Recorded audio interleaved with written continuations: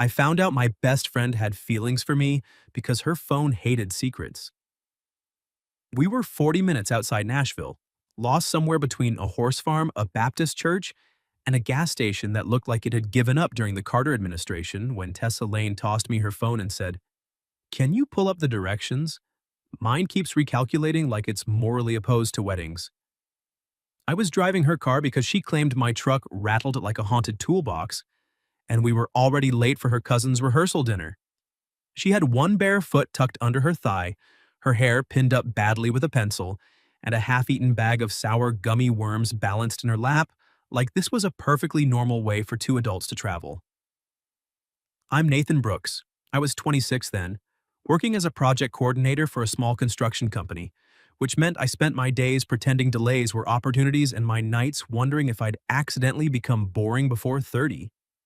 Tessa was 25, a graphic designer with a laugh that made strangers turn around in restaurants. She'd been my best friend for almost 6 years.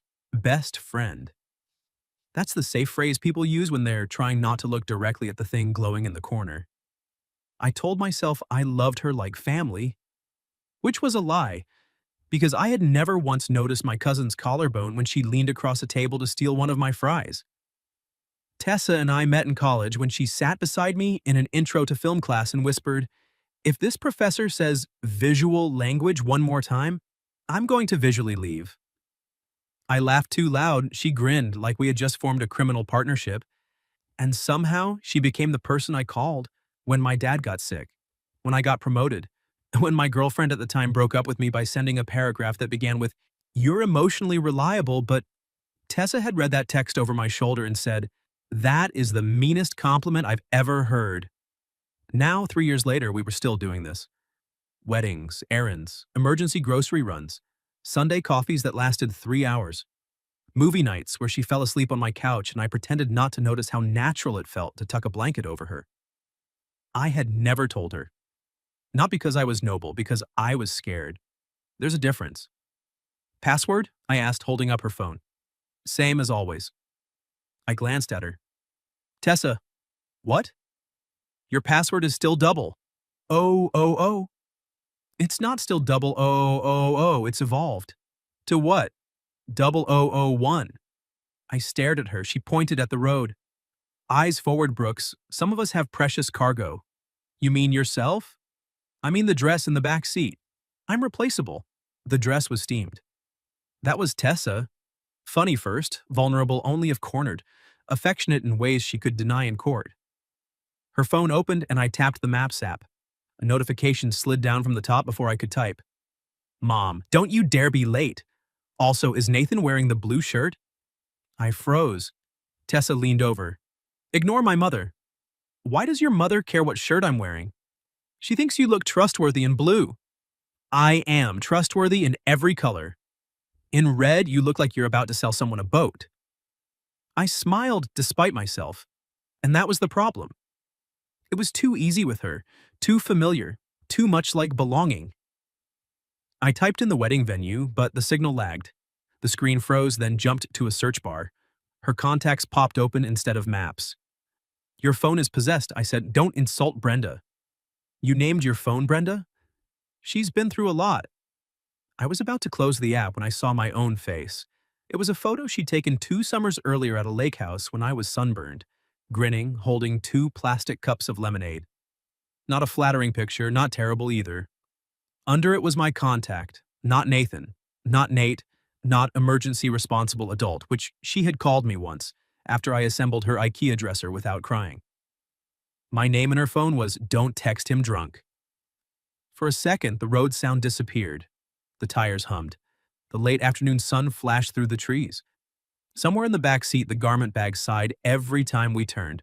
I read it again. "Don't text him drunk." My hand tightened around the phone. Tessa noticed. "What?" she asked. I didn't answer fast enough. Her eyes flicked from the road to the phone, then back to my face. Her mouth opened slightly.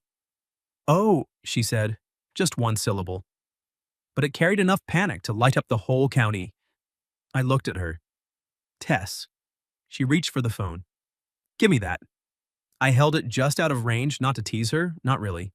More because if I let go, the moment might vanish and we'd both pretend it hadn't happened.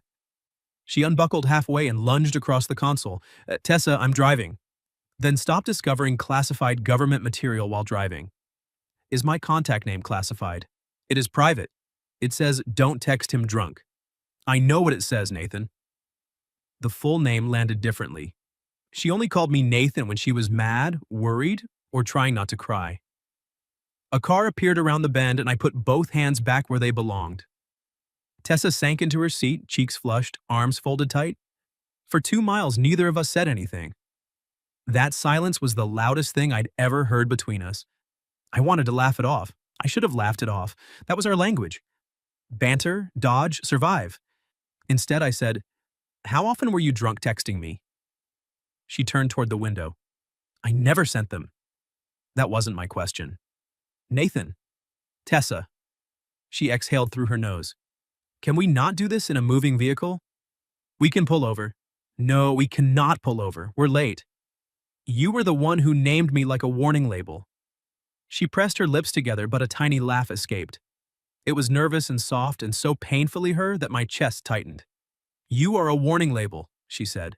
Emotionally hazardous. May cause poor decisions after wine. I should have joked back, but the words came out quieter. What kind of poor decisions? She looked at me then. Not a quick glance. Not one of her usual deflections. She looked at me like she was deciding whether to jump from a place she had been standing on for years. The sunlight caught the little gold flecks in her brown eyes. I had known those eyes through finals, heartbreaks, bad haircuts, job interviews, her grandmother's funeral, my father's surgery. I had seen them furious, amused, exhausted, bright with mischief. I had never seen them this unguarded. Then her phone buzzed again in my lap. This time, the notification wasn't from her mother. It was from a contact named Mallory. Mallory, did he see it? Please tell me he finally saw it. You cannot be maid of honor all weekend pretending you're not in love with him. Tessa made a small sound like the air had been knocked out of her. I pulled into the gravel shoulder so fast the tires spat dust. For a moment, we just sat there, hazard lights ticking, the Tennessee heat pressing against the windows, her phone glowing between us like it had decided to burn down our entire friendship. I turned to her slowly. Tessa, I said, my voice barely steady. Are you in love with me? Her eyes filled before she could hide it. And then, instead of answering, she whispered, please don't make me lose you today. There are sentences that change the weather inside a car. Please don't make me lose you today was one of them. I turned off the hazard lights, then turned them back on because apparently my hands had decided to file for independence. Tessa stared at the dashboard like it might open and swallow her. Tess, I said. She shook her head. No, don't do the gentle voice. What gentle voice? The one you use for injured dogs and your aunt when she asks how to use Bluetooth. Despite everything, I almost smiled. I don't have a Bluetooth voice. You absolutely do. She wiped under one eye quickly, angry at the tear for existing. And I can't handle being a tragic little Bluetooth problem right now. You're not a problem. That's worse. How is that worse? Because if I'm not a problem, then I'm just an idiot who named her best friend like a cautionary tale and got exposed by a group chat. I looked down at her phone, still glowing in my lap. Mallory had sent 3 more messages. Mallory. Hello? Mallory, Tessa. Mallory, if you died, I call your boots. I locked the screen and set it in the cup holder. Then I faced her fully. You're not going to lose me. Her laugh was small and disbelieving. You can't know that. I can. No, you can't. Because this is the part where people say nothing has to change, and then everything changes. Suddenly you stop calling as much. You get weird when I hug you. You start dating some woman with perfect hair who does charity runs and owns matching luggage, and I become the girl who made it awkward. I blinked. That is a very specific nightmare. I've had time. How much time? She folded her arms tighter, but her voice went soft. Too much. The truth moved through me slowly like a match catching. Too much. All the movie nights. All the mornings she showed up with coffee exactly how I liked it. All the time she had teased me about terrible dates but gone quiet when one lasted longer than 2 dinners. All the times I'd almost reach for her hand and stop myself because I didn't want to ruin the safest thing in my life. She had been standing on the other side of the same locked door. I laughed once under my breath, not because it was funny, because if I didn't, I might have broken in half. Tessa flinched.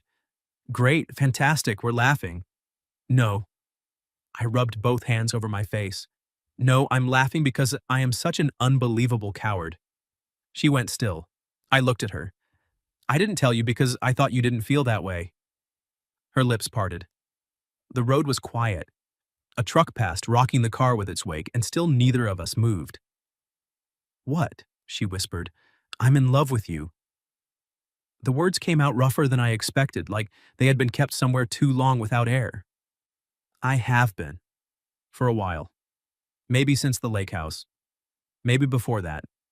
I don't know the exact date if you need records, but I can tell you I have spent an embarrassing amount of my adult life pretending I don't want to kiss my best friend.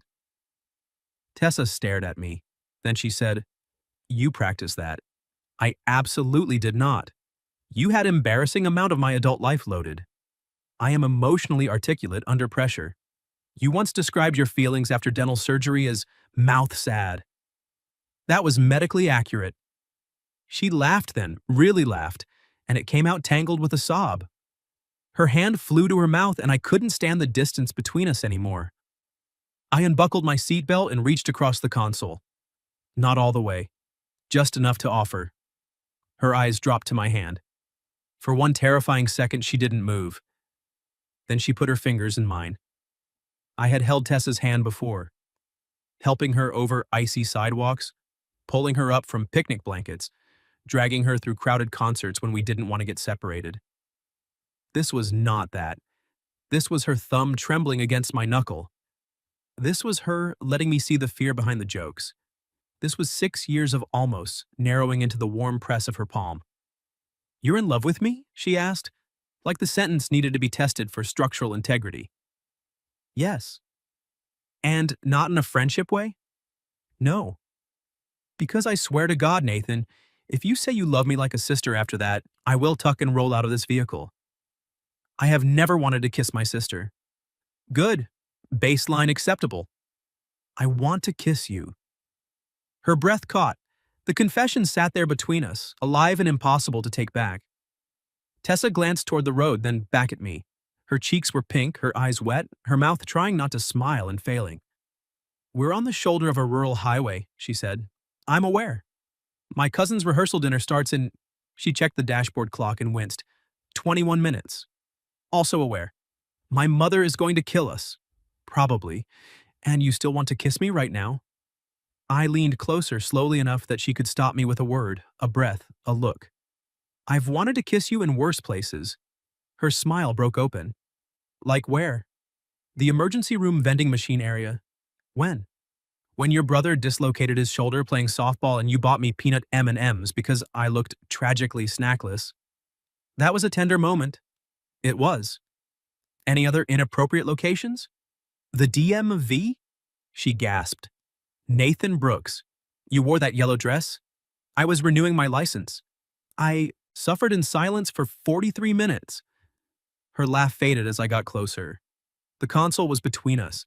The gear shift was digging into my ribs. It was not cinematic. It was not graceful. But when Tessa's free hand came up and touched my jaw, I forgot every uncomfortable angle. You should know, she whispered. I am very angry that we wasted all this time. Me too. And I may bring it up during future arguments. I look forward to our future arguments. Her eyes softened. Future. I hadn't meant to say it like that. Or maybe I had. Then she closed the last inch between us. The first kiss was gentle, almost careful. Her lips brushed mine, paused, then pressed again with more certainty, and the world rearranged itself without making a sound. Tessa kissed like she laughed. Warm, honest, a little reckless once she decided she was safe. I slid my hand from hers to the side of her neck, my thumb against her pulse, and felt it race beneath my touch. She made the smallest sound, and every restrained, well-behaved part of me lost the argument. I kissed her again. Longer this time, not enough to forget where we were. enough to remember why every other kiss in my life had felt like walking into the wrong house. When we finally pulled apart, she stayed close, forehead nearly touching mine. "Oh," she said softly. I smiled. "That good?" She swallowed. "Do not get cocky 5 minutes into being upgraded from warning label." "I've been upgraded?" Tentatively. "To what?" She picked up her phone and unlocked it with 0001, her hand still shaking slightly. I watched as she opened my contact. "Don't text him drunk." She deleted it. For a second, she looked at the blank name field. Then she typed, "Nathan, unfortunately kissable." I laughed. "Unfortunately? You have to stay humble." Before I could answer, her mother called. Tessa stared at the screen in horror. "We're dead." "Put her on speaker." "No, you're too honest. You'll tell her we pulled over to make out." "I would phrase it better," she answered, voice bright and guilty. "Hi, Mom." I could hear her mother from where I sat. "Where are you?" "Close." "That is not a location. We had a directions issue." I covered my mouth. Tessa glared at me, then ruined it by smiling. Her mother sighed. "Is Nathan with you?" Tessa looked at me, and something tender passed over her face. Something new and chosen. "Yes," she said. "He's with me." Not just physically, I heard it. So did she. We got back on the road, late and grinning like criminals. Her hand stayed palm up on the console. After a mile, I took it. And this time, neither of us pretended it meant anything less than everything. We arrived 19 minutes late, which Tessa insisted was basically punctual if you factor in emotional revelations. The venue was a renovated barn with white string lights, wide open doors, and a gravel lot full of people who looked like they had not spent the past half hour kissing on the side of a highway. Tessa killed the engine and sat very still. I looked over. "You okay?" "Yes." "Tess?" "No." She held up one finger. "Don't look at me like that." "Like what?" "Like you know what my mouth tastes like." I grinned before I could stop myself. She pointed at me harder. "That, exactly that. Wipe it off." "I can't, it's structural. We are about to walk into a family event." And? And my mother has the investigative instincts of a bloodhound with church shoes? "So we tell people." Her head whipped toward me. "Tell people what?" "That we're figuring this out." Her expression softened, but nerves flickered behind it. "Are we?" I reached across the console and took her hand again. It was becoming addictive, the way her fingers fit through mine like they had been waiting with quiet patience. "I'd like to," I said. "If you would." Tessa looked down at our hands. For once, she didn't make a joke right away. "I would," she said. "A lot." My chest went warm and stupid. Then someone knocked on her window. Tessa screamed. I startled so hard my knee hit the steering column. Outside stood Mallory, a tall woman in a green jumpsuit with hoop earrings and the satisfied smile of someone who had just caught the season finale live. Tessa rolled the window down 2 inches. "Go away." Mallory leaned in. "Did he see it?" "No." "Tessa." "Yes." Mallory's gaze shot to our joined hands, her smile spread. "Oh, thank God. The group chat owes me $40. Tessa closed her eyes. "I hate everyone I love." Mallory looked at me. "Nathan, congratulations on discovering literacy." "Thank you. It's been a journey." "I assume you have honorable intentions." "Tessa can hear you," Tessa said. "I know. I'm making eye contact with the man for intimidation purposes." I nodded solemnly. "My intentions are extremely honorable and moderately terrified." Mallory considered this. "Acceptable." Then Tessa's mother appeared behind her. If Mallory was a flare gun, Mrs. Lane was a searchlight. "Nathan," she called, already smiling. "Blue shirt. Excellent." Tessa muttered, "We're doomed." I leaned closer and whispered, "For what it's worth, I like being doomed with you." She looked at me, and the panic in her face eased into something tender enough to steal my breath. "Dangerous line," she whispered back. "Effective?" "Unfortunately." We got out of the car and I lifted the garment bag from the back seat while Tessa smoothed her dress with both hands. She was wearing a soft green wrap dress and sandals, and the sight of her standing there in the amber light made something inside me go quiet. Not the absence of noise, the presence of certainty. She caught me staring. "What? You look beautiful." Her lips parted, and for once she had no immediate comeback. Then color rose in her cheeks. "Oh." I stepped close enough that only she could hear me. "You're allowed to know that." She glanced toward the barn where her entire extended family seemed to be pretending not to watch us. "Careful," she said softly. "I might start believing you." "That's the plan." Her eyes held mine for one extra second. Then her mother swept in and hugged her, scolded her, kissed her cheek, and somehow did all three while also examining my face. "Directions issue?" Mrs. Lane asked. Tessa's hand found mine behind the garment bag. "Yes," she said. I cleared my throat. "We got rerouted." Mallory made a strangled sound. Mrs. Lane looked at our hands, then at Tessa, then at me. Her expression changed, just a little. The sharp maternal inspection softened into something almost relieved. "Well," she said, "about time." Tessa groaned. "Mom." "What? I didn't say anything." "You said everything with your eyebrows." "I have expressive eyebrows. It's genetic." "You're welcome." Inside, the rehearsal dinner was loud and warm and full of cousins I had met twice who greeted me like a semi-official appliance Tessa always brought along. But everything was different. Not louder, not obvious. Just charged. When Tessa brushed past me to get to her seat, her fingers grazed my lower back. When I pulled out her chair, she whispered, "Show off," but smiled at her plate. When the toast began, her knee touched mine under the table and stayed there. It was ridiculous how much it affected me. I had known this woman for years. I had seen her with mascara under her eyes at 2 a.m. ranting about fonts. I had watched her eat cereal out of a measuring cup. I had held her hair back after a questionable margarita flight. But her knee against mine at a family dinner nearly ended me. Halfway through the meal, the bride-to-be, Tessa's cousin Briar, clinked a spoon against her glass and announced that after dinner, everyone was moving outside for a low-pressure mingling moment.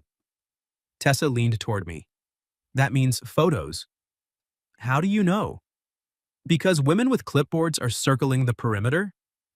Sure enough, a photographer appeared 10 minutes later and began arranging family members under the string lights.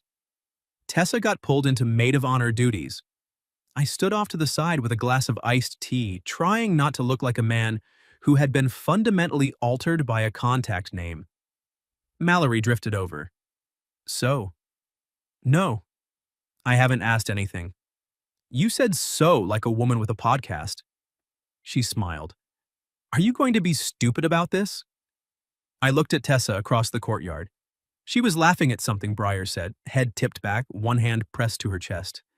The lights caught in her hair. She looked happy, nervous too when her eyes found mine, like she was checking whether I was still there.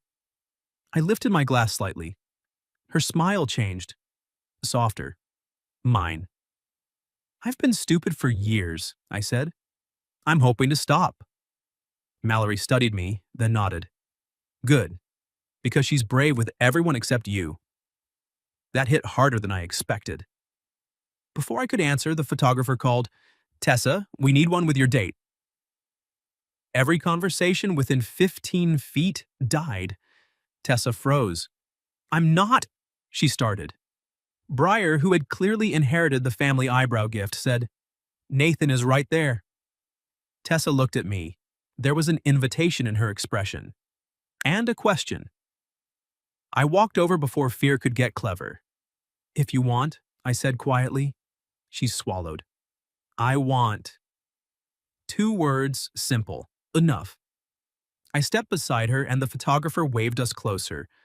"Arm around her, please," Tessa murmured.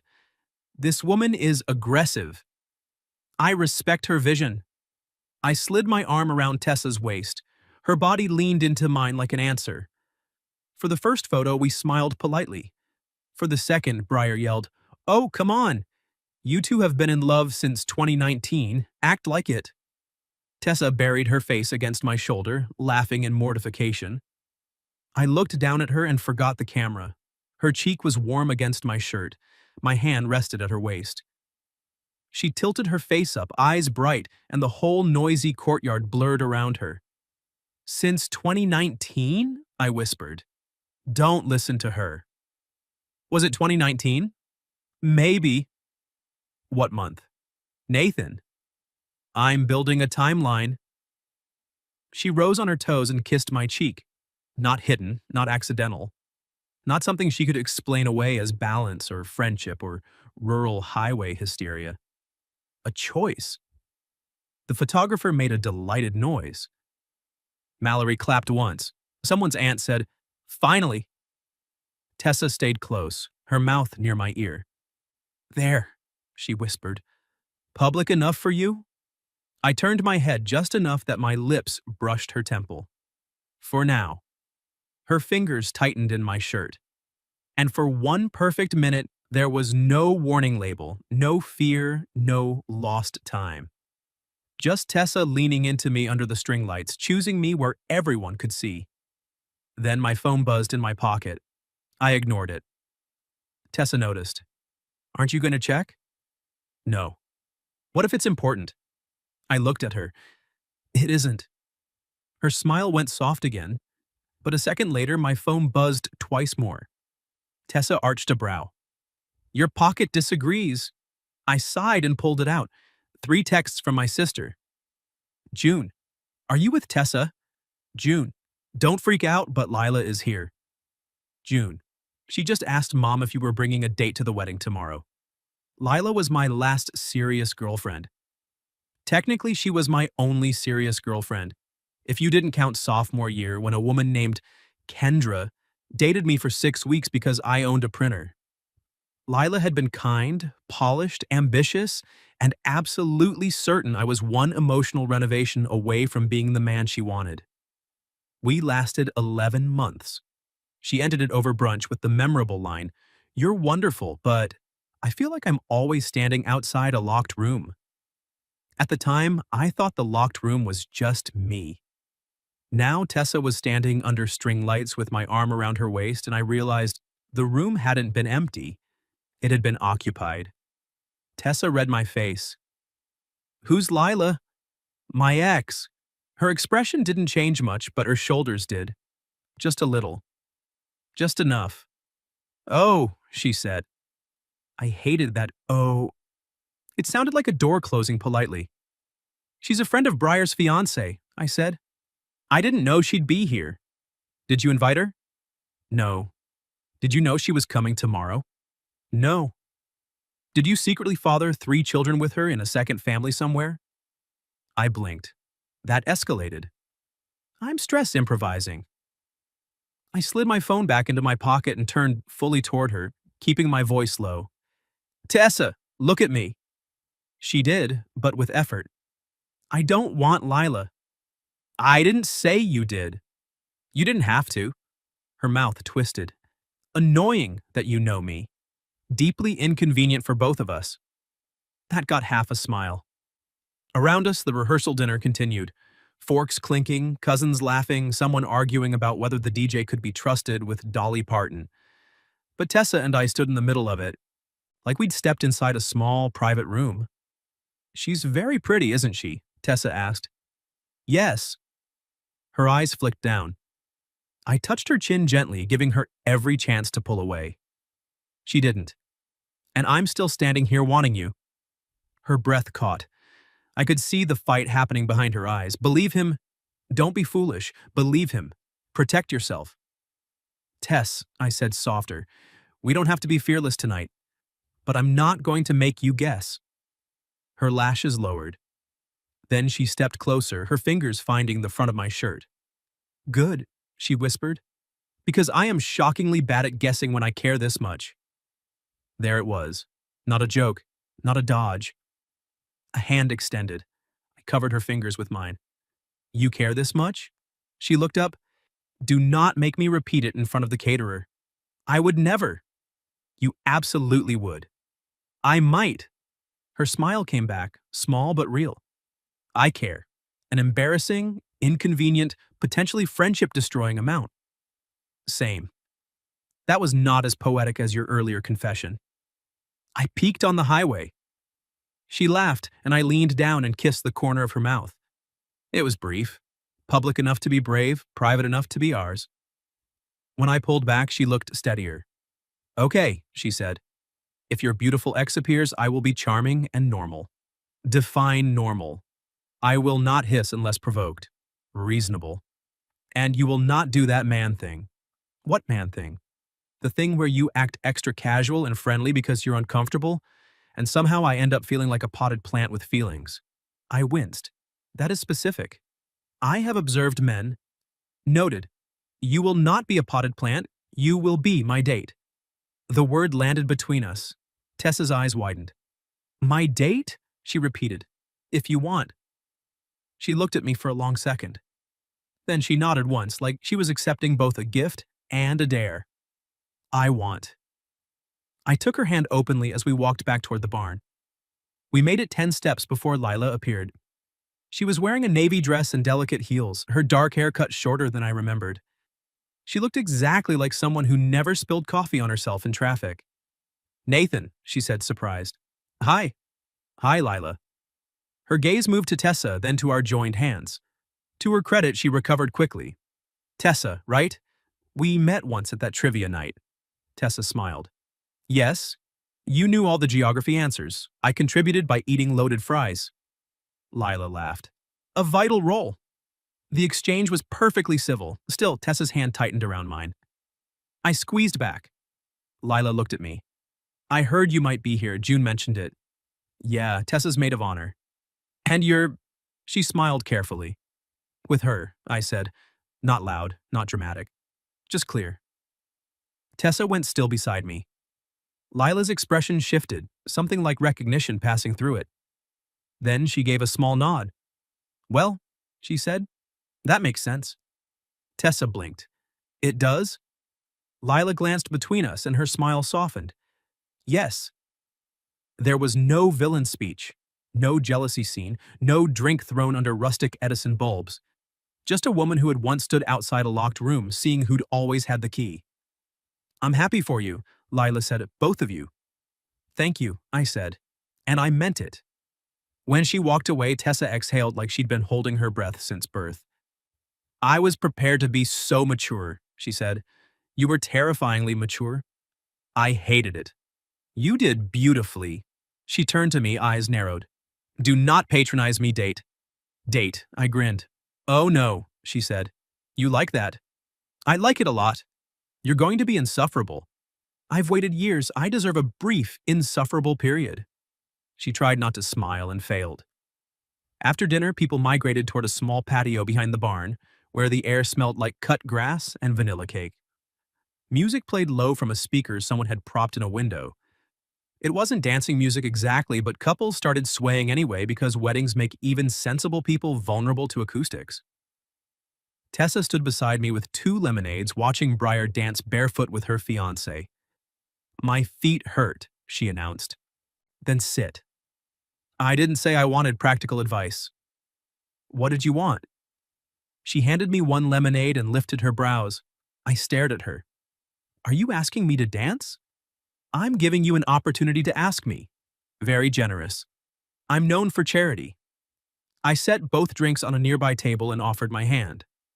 Tessa Lane, will you dance with me even though your feet hurt and the song is aggressively mediocre? She placed her hand in mine. Nathan Brooks, I thought you'd never ask. We moved to the edge of the patio, not quite in the crowd, not quite hidden. My hand settled at her waist. Hers rested on my shoulder, then slid a little closer to the back of my neck. For a while, we just swayed. No performance, no jokes. The night was warm. The lights glowed gold against her skin. Her body fit against mine with a familiarity that felt less like discovery and more like coming home and finding the porch light on. I was jealous, she said quietly. Of Lila? She nodded against my shoulder. Not proud of it. I was jealous of a dentist once. Tessa lifted her head. What dentist? The one you dated for 3 weeks. Graham? I didn't like his jawline. You mean his profession? I mean, his jawline was smug. She laughed softly, then sobered. Why didn't we say something sooner? Because we thought losing almost love would hurt less than risking the real thing. Her eyes searched mine. And will it? She asked. I moved my thumb slowly over her waist. No, I think this would hurt more to never try. The vulnerability in her face nearly undid me. Then she leaned in and rested her forehead against my chest. I'm scared. I bent my head toward hers. Me too. But I still want this. I closed my eyes for 1 second. There are moments a person should mark somehow, carve into wood, write on a napkin, save as a contact name. I opened my eyes and said, then let's want it on purpose. Tessa looked up. The song changed to something slower, sweeter. She rose on her toes, and this time when we kissed, it wasn't surprise or proof or panic. It was a promise beginning. Her hands slid into my hair. Mine tightened at her waist. She smiled against my mouth like she couldn't help it, and I knew I was ruined in the best possible way. When we broke apart, Mallory shouted from across the patio, I knew it! Tessa buried her face in my chest. I'm moving states. I laughed into her hair. I'll help you pack. You're coming? I'm your date. She looked up at me, cheeks flushed, eyes shining, tentatively. I kissed her forehead. Unfortunately kissable? Don't push it! But she kept dancing with me until the song ended. And when my phone buzzed again, I didn't look. This time, neither did she. The next morning, Tessa changed my contact name again.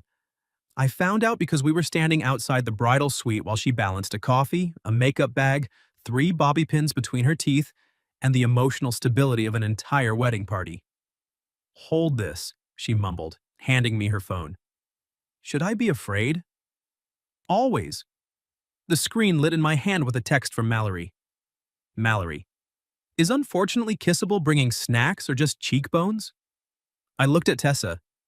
She plucked the bobby pins from her mouth. What? Cheekbones? Mallory is unwell. I opened her contact list just enough to check. My name was no longer Nathan, unfortunately kissable. It was Nathan on purpose. Something in my chest went still. Tessa saw my face, and her teasing expression softened. Too much? I shook my head. No. Because I can change it to man who owns too many flannels. Tess. She stepped closer, the hallway buzzing around us with bridesmaids and hairspray and distant panic. I meant what I said last night. I'm scared, but I want this on purpose. I touched her waist lightly, careful of her dress, careful of the moment. I want you on purpose, I said. Her eyes shone. Then she kissed me in the hallway of a wedding venue while someone's aunt walked by carrying a steamer and said, I knew it, without slowing down. The wedding itself went beautifully if you ignored the ring bearer refusing to walk unless bribed with crackers, and the DJ playing the wrong version of the first dance song for 12 mortifying seconds.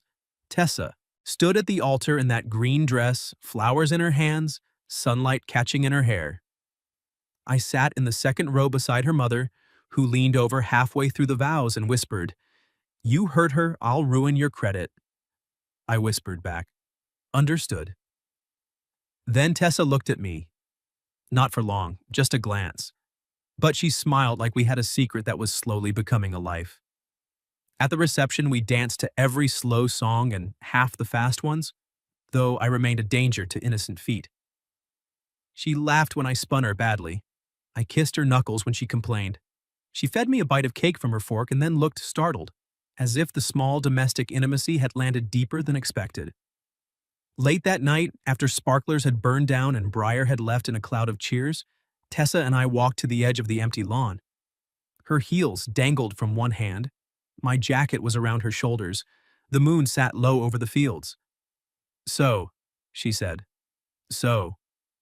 Are we going to be unbearable now? Almost certainly. Our friends will suffer. They've had years to prepare. She smiled, but then her face grew serious. What if we mess it up? I took her shoes from her hand and set them on the grass, then held both her hands in mine. Then we talk, we apologize. We don't run back to pretending. Her thumbs moved over my palms. You make it sound simple. It won't be. No. but you're my favorite hard thing." She laughed softly. "That is almost romantic." I was aiming for rugged sincerity. You landed near lumberjack greeting card. I pulled her closer. "I love you." The joke faded from her mouth. She had heard it before in a car on the shoulder of a road, but this time there was no panic around it. No accidental discovery, no phone buzzing between us. Just the truth under a wide Tennessee sky. "I love you too," she said.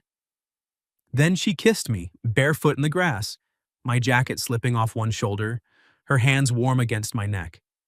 It was slow and certain and sweet enough to ache. A year after that night, Tessa still kept me in her phone as Nathan on purpose. I knew because she left it on the kitchen counter one rainy Sunday while we were making pancakes in my apartment. Our apartment. Though most of her mugs had moved in before the official conversation did. She had paint on one cheek from a mural project and flour on her shirt because she measured ingredients like a pirate reading a treasure map. I was trying to flip a pancake that had spiritually given up. Her phone buzzed. "Mom, are you two coming for dinner?